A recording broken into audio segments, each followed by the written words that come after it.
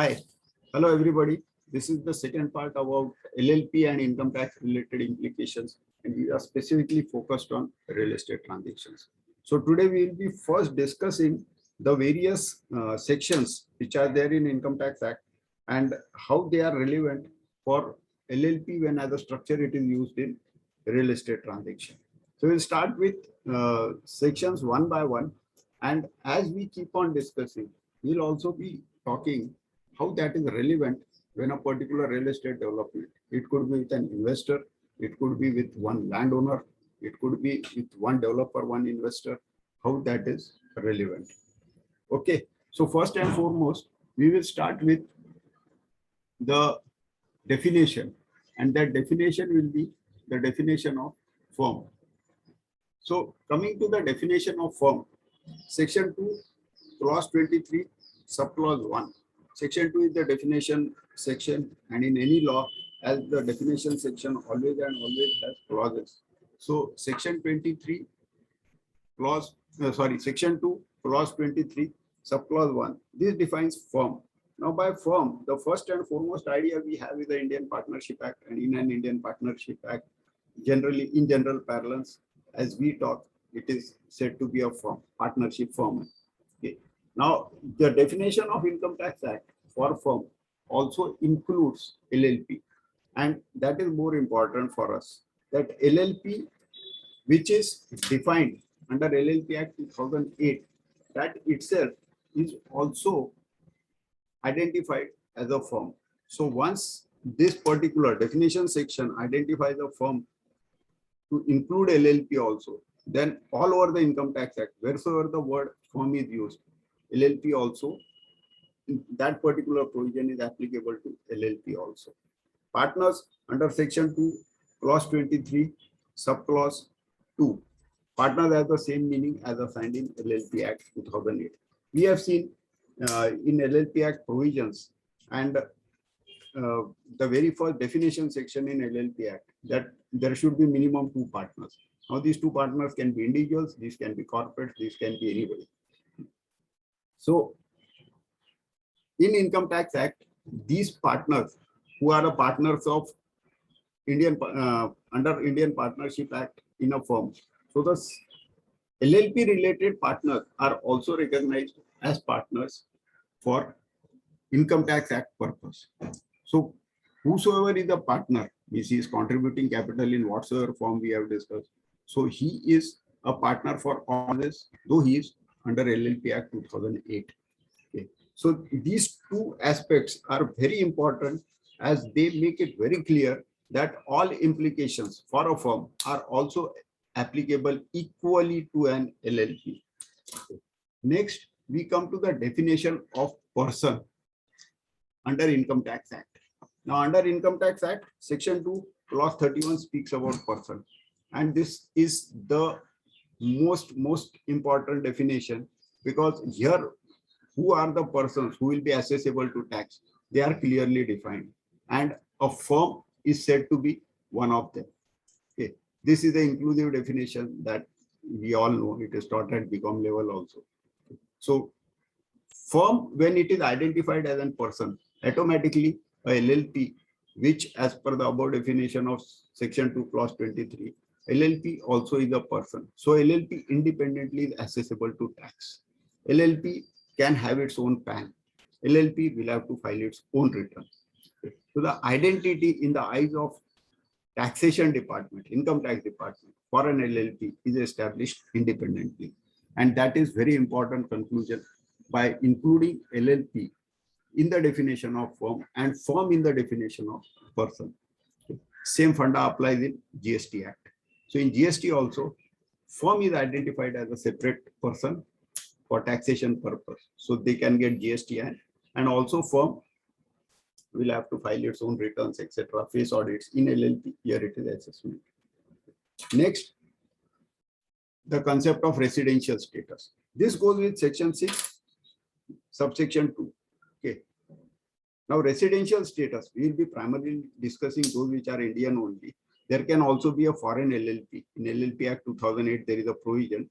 But here, if the control and management is in India for that particular firm, the firm is said to be having a residential status as in India.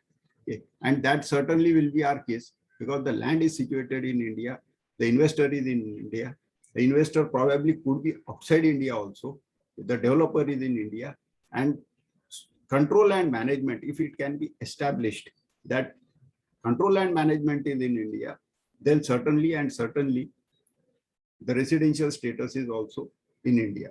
Now here, what is the difference is control and management. How do you establish that?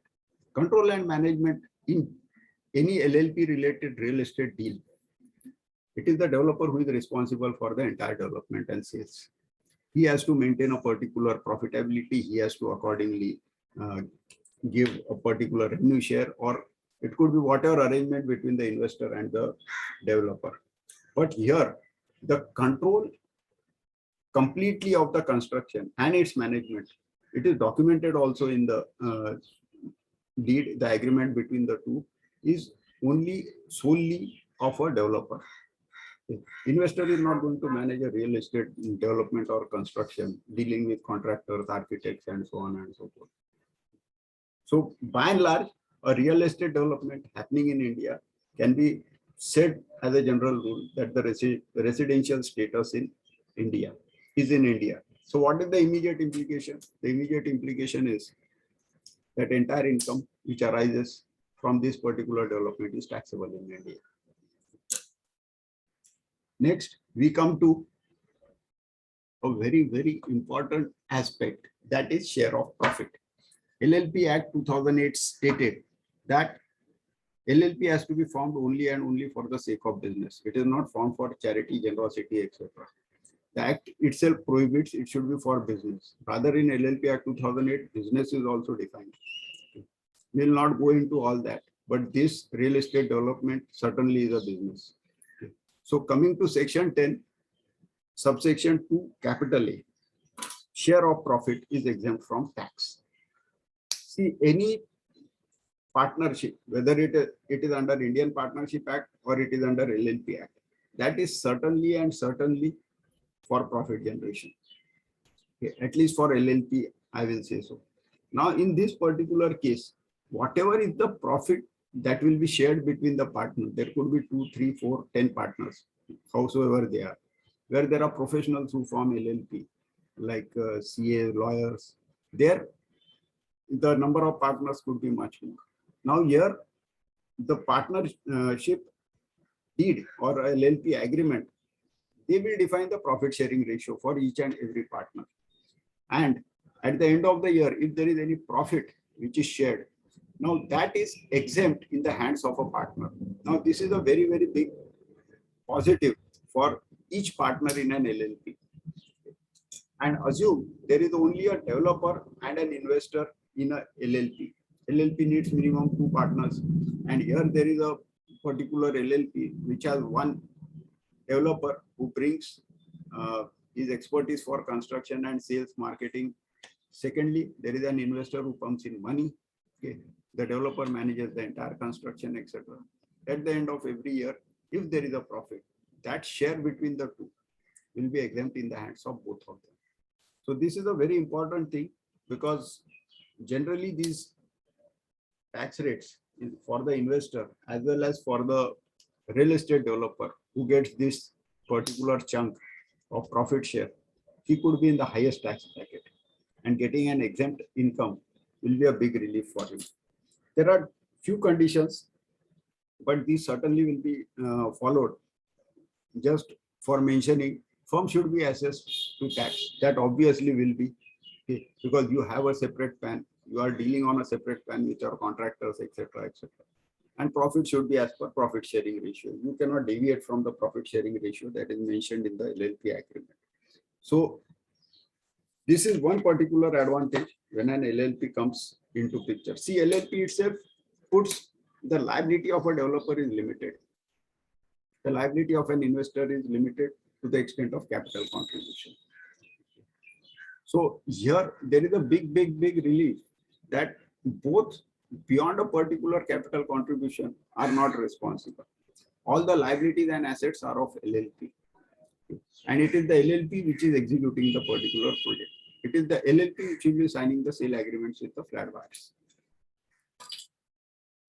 Next, we will come to section 40 small b, a very important section and a section which often is misunderstood in the case of LLP. Okay. Now, interest to partners and remuneration to partners. Okay. First and foremost, we will deal with interest to partners. Partners have contributed a capital. Okay.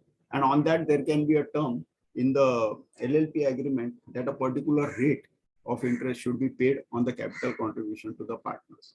So here, 12% of simple interest. Okay. To that extent, LLP can claim a deduction. This is a good amount of deduction which LLP gets. 12% today for a good corporate is a rate at which he probably may not borrow. He may borrow at a lower rate. But here Income Tax Act permits 12% simple interest as a deduction for an LLP on the capital contribution. See, the point with LLP is always in a 30% tax bracket. Firm is in 30% tax bracket with a surcharge as well as with a health and education cess. Okay. That we will be discussing ahead. But just being on the topic. Now being there are no slabs, nothing like 10%, 20% and then goes to 30%. It goes directly into 30%. Now that being the case, as much deduction LLP can get and as much lower will be the profits, that is better for an LLP. Interest at 12%, assume an party which is contributing 100 crores. So he gets 12 crore rupees of a deduction. LLP gets 12 crores as a deduction. And there is another party, say, which is contributing, assume 200 crores. Then 24 crores is the amount for 12%. So 36 crore deduction, it gets just simply like that. And these people also get an income, the two partners. Yes, for the partners under section 28, it will be taxable under business income. But LLP related profits will be lower. Okay. Now what happens if the agreement says that the interest payable will be 15%? The balance 3% will be disallowed to the LLP. But those 3% will never be counted in the income of those partners. See, it will be either at one place where the interest rate exceeds 12%. LLP gets a disallowance, but the partner gets that much income free from tax. So this is also to be managed looking at the figure. If both the partners feel they can have a higher interest rate of 16%, 18%, they can do so because that much of earning will happen to the partners. Okay. LLP may not get deduction. Say it is 18% means 18 minus 12, 6% amount deduction LLP may not get, but these people will get it free in their hands. So that can be based on the figures, how this can be taken up. The next thing is remuneration. Now remuneration, as it implies, is generally to individuals. Okay. So where there are individuals, they are remunerated. But in this case, where the two, assume LLP has two partners and both are corporates. Then also in my view, there can be a remuneration given to both because somebody is working on that project. Okay. If a developer is managing the entire construction and sales, okay, so be it developer, there can be so many employees which can be employed by him. So there can be a remuneration fixed to the partners irrespective of their status, whether they are individuals or whether they are companies. The remuneration part that is allowed as a deduction to an LLP is small, but yet whatsoever you get, that is better. There is a ceiling also that this should be authorized by LLP agreement. This should be after the deed. The partner should be a working partner. Now this particular should be a working partner is one thing. Because if this particular agreement, LLP agreement and this development agreement, this has one partner who is simply an investor who has given 100 crores, he has put post-op conditions, okay, and the developer is developing the project, then probably that investor may not be a working partner, okay, unless there is an active role. Otherwise, a developer certainly is a working partner. Rather, he is a slogging partner. Now, the book profits for first 3 lakh or less, 90% of book profits are allowed. After that, 60% of book profits are allowed. So amount seems less, but if the profits are high, this could be 60% of profits is a good amount that can go as a remuneration this will be allowed as a deduction to the LLP. So in my view, this should be considered and both the partners should fix their remuneration. We spoke about section 28, subsection 5. Though briefly I touched on that. Interest and salary to partners are taxed under PGBP. Okay. So business income, this is a charging section of business income, section 28. Now here, whatever is the interest we saw in section 40 small b, whatever is allowed to the LLP, same will be taxed in the hands of that partner as a business income. So he can claim some other deductions also. And whatever is disallowed in the hands of LLP, that will not be charged as a business income to the partner. Next, and the most important and slightly disputed, section 45, charging section of capital gains. Okay, section 45 subsection 3 and section 45 subsection 4. Okay. Now, see, with an LLP agreement and a structure for real estate development, generally one of the partner will come with his development right, or he may come with a land. Okay. So his capital contribution can be in the form of land. Okay. Assume this case that for real estate development, assume it is residential real estate development, somebody is contributing land as his capital. Now that capital, the fair market value on that particular date when he is transferring the land to LLP, that will be recorded as his capital contribution in the books of LLP. Okay. But he has transferred his capital asset. Capital asset, the definition will be section 2, clause 14. I will not go into that definition, but manlo, he land certainly the capital asset, unless someone says no, it was his stock in trade. So then this section may not apply to him, but to him then it will be a PGBP section by which he will have to calculate profit. But I think nobody will do that. He will always say it was a capital asset which he is contributing to the LLP as his capital. Now in that particular case, for calculating capital gains, the fair market value will be the full value of consideration, FVOC that we say. That will always be whatever is the amount at which that particular capital asset is recorded in the books of LLP. Okay. Because whatever value books LLP records in its books, that same will be the value which will be assumed that consideration is received by this particular partner. On this, there has never been a dispute. By and large, this is settled for Acha. The landowner who is contributing his land, he gets section 48 means indexation related benefit. So he can take that benefit and accordingly his capital gains would be very less. Issue comes under section 45, subsection 4.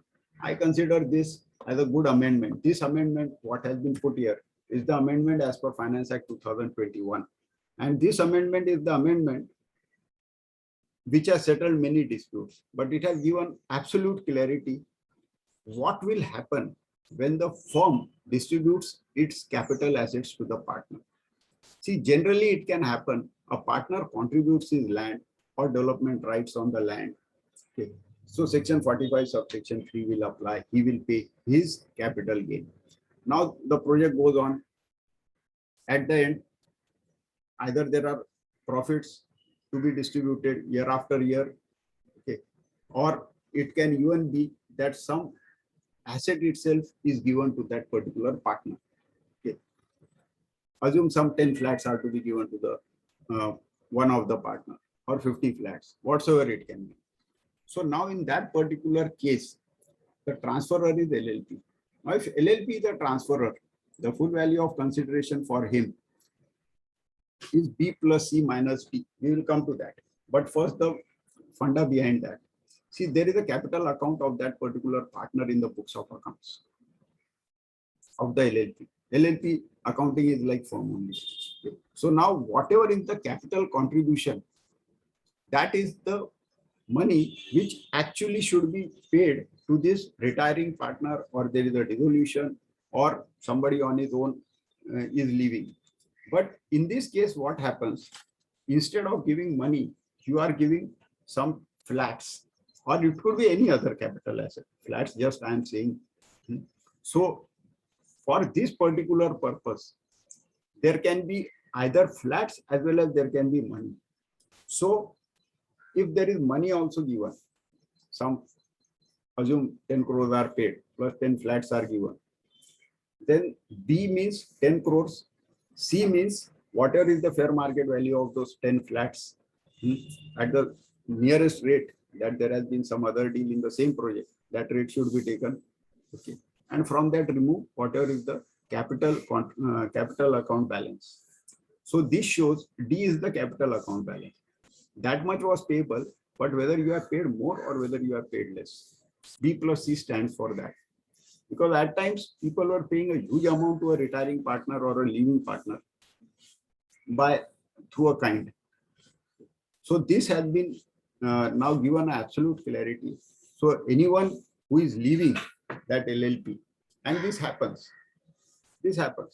Someone, I am saying B plus C means money plus whatever is the fair market value of that particular assets given to the person. It can happen that someone leaves in between. He is not happy with the progress or with the profitability, etc. He leaves in between. So in that particular case, only capital B, that is money, will be there. That you take this much money and you leave. So C will be 0.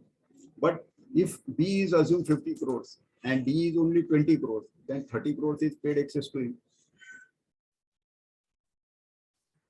So this clarity is good even for a person who is living in between for the project, and somebody who comes in his place also can come with a clarity if he has to further leave what is there. Lastly, 139 subsection 1 in nutshell, firm has to mandatorily file a return. Okay. This is return of income related section. It's a big section, but in nutshell, this is what it means to a firm. Now the income tax rate I briefly mentioned earlier, it is 30%. 30% is the rate on total income. Surcharge is 12% if income exceeds 1 crore. So I have calculated the effective rate. Up to 1 crore of total income, 31.2%, and more than 1 crore, it is nearly 35%. The rate is high for a firm. Certainly it is high. But you look at this fact that of a real estate project, which is having the entire development through an LLP type of arrangement, construction cost will be debited, there will be marketing, there will be sales, there will be also the interest that we spoke. Okay. So all that put together, probably his income will be there, but end of it, whether it should be at 31%, but what is the amount? Don't look at the rate while working out this. What will be the effective tax amount? That is important. To be safe, government has also put in AMT, that is alternate minimum tax, because otherwise people will get into losses only. So they are going to get interest, they will get all benefits, they will get fixed assets, but there will be a loss. So aisa nahi chalega. AMT is there, 18.5% on adjusted total income. So this adjusted total income, there is a way how it is calculated, but it is much simpler than MAT. So these, the only one thing which I wanted to highlight, other than going into AMT calculation, is for a real estate developer, there are many who claim Section 80 IBA benefit. 80 IBA benefit is the one where for affordable housing, there can be 100% profit deduction. Okay. That for adjusted total income calculation, that won't be allowed. So if you are planning for an affordable housing project, be sure your adjusted total income will not give you that benefit. So your AMT could be higher. But AMT, just like MAT, is also fair game. There is a tax credit also. That is for 15 years, which can be carried forward, and 115 JD, which also allows for tax credit to be taken for the AMT. Okay. So there is a process whensoever, in whichsoever year, there will be a higher regular tax. At that time, this particular credit will be claimed. Okay. Now, there are many who have a company, and that company has to be converted into a LLP. that process in LLP Act is very clearly defined. There is an annexation, there is one schedule rather, also sections by which some private limited company, etc., can be converted into LLP. About dissolution of LLP also, there is a very clear process. It can happen that at the end of this entire project, the LLP needs to be dissolved. But it takes years, because means after the project is completed, after that there is a certain period by which you offer maintenance services, etc. And then probably this can be done. But broadly, if you will see, LLP arrangement gives one particular additional advantage, which I have not mentioned here. Nowhere can it be held as an association of persons, because the two partners or 3, 5 partners, whoever they have come together, yes, for a particular project. Who has what roles is also defined. But it is this LLP which is offering services to the flat buyer. It is this LLP which is a taxable person in the eyes of a law. So that additional advantage being taken, there is also a benefit which comes as regard the tax litigations. There is a piece, you know, that there won't be some other dispute that will arise on the way. Secondly, the developer's contribution in this could be very minimum, but his responsibility could be very high. We'll be discussing one typical deal, generally with certain skeletal background, like how generally the deal will flow, what will be the arrangement, what will be the give and take, and how this LLP arrangement can be implemented for that. So this about Income Tax Act. Briefly, I'll also mention that these all things, okay, the other conditions means the other clauses which I have not discussed here, that is like tax audit, okay, appointment of a tax auditor, etc. Those all are also applicable as per the threshold whatsoever is mentioned. Okay, so those we are not going to discuss. They are important but procedural, but those also apply as LLP is a person. Thank you very much. This was about the income tax related provisions related to LLP and its use into real estate development. Please do share if you have any other thought, if you look forward for any other discussion. But here, the point is that in an LLP, after this section 45, subsection 4 being amended by Finance Act 2021, there are few people who have lost interest, because the way they could leave the project as a partner in between by taking an asset which was higher than whatever is the capital account related balance, that has been put to rest. But I would yet say it is fair, rather than going into long run 10 years litigations, it is better that you pay a capital gain at a particular point of time. And section 45 subsection 4 is for a LLP. LLP is a transferor, so LLP is paying the tax. Why should the partner who is departing be so much worried? But this apart, would like to hear anything anybody has to say. Thank you very much. Okay, in the third video we will upload something which will be a very general and which will be very short about how the LLP works and how these all things can be considered into that. Thank you very much. Take very, very good care of yourself in the Corona times. Okay. Thank you very much. Bye.